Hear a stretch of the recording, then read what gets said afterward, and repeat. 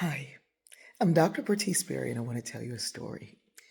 I was with my granddaughters, and the youngest one um, was kind of like up under me, and my earring got caught in her hair. And I had a flashback because the oldest granddaughter, when she was a baby, pulled the earring down out of this ear and split this ear. It was the other ear. And my first thought was, oh, both of my granddaughters are going to split my earrings, my earlobes. And then I calmed down and just removed it from the ear. And I realized, because I was like, oh, it's caught in her hair. What am I going to do? I don't want it caught in her hair. And I was concerned with her hair. Um, and so I realized, oh, I can just get it out of my ear and then take it out of her hair. Once I got it out of my ear, it was easy to get out of her hair. But last night in the discussion group for Transform Living, and those discussion groups always take me to another place.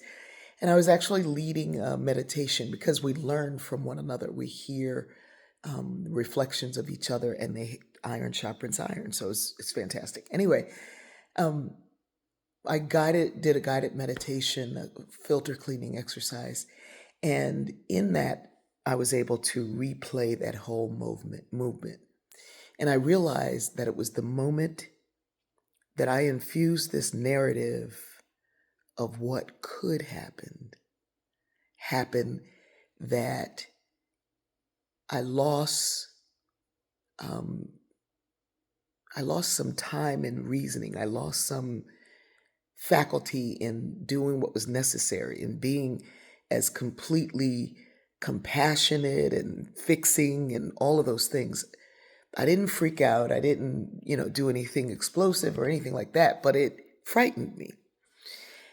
And I realized it wasn't the event that frightened me. It was the narrative that I told myself about the event. And then I remembered a line that my mother would say: you can't get anything done because you're too busy worrying about what hasn't happened.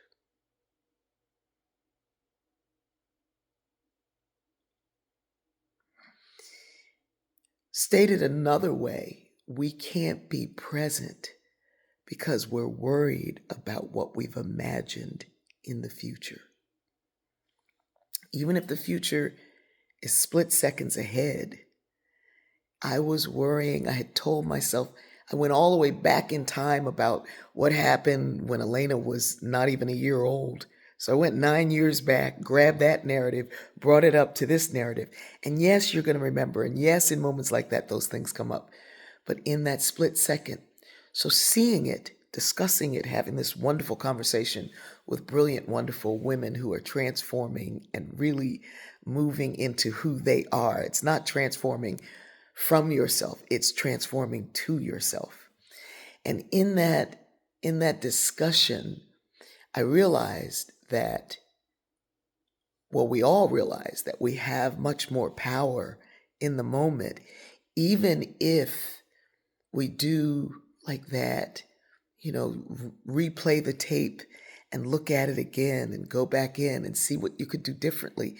Because life is such a way, and God loves us so much, that we get a do over. We get to see it again. Grace allows us to learn that lesson until we learn it. Anyway, what am I trying to say? Here's the thing: don't worry so much about what hasn't happened that you can't change the future now. I love you.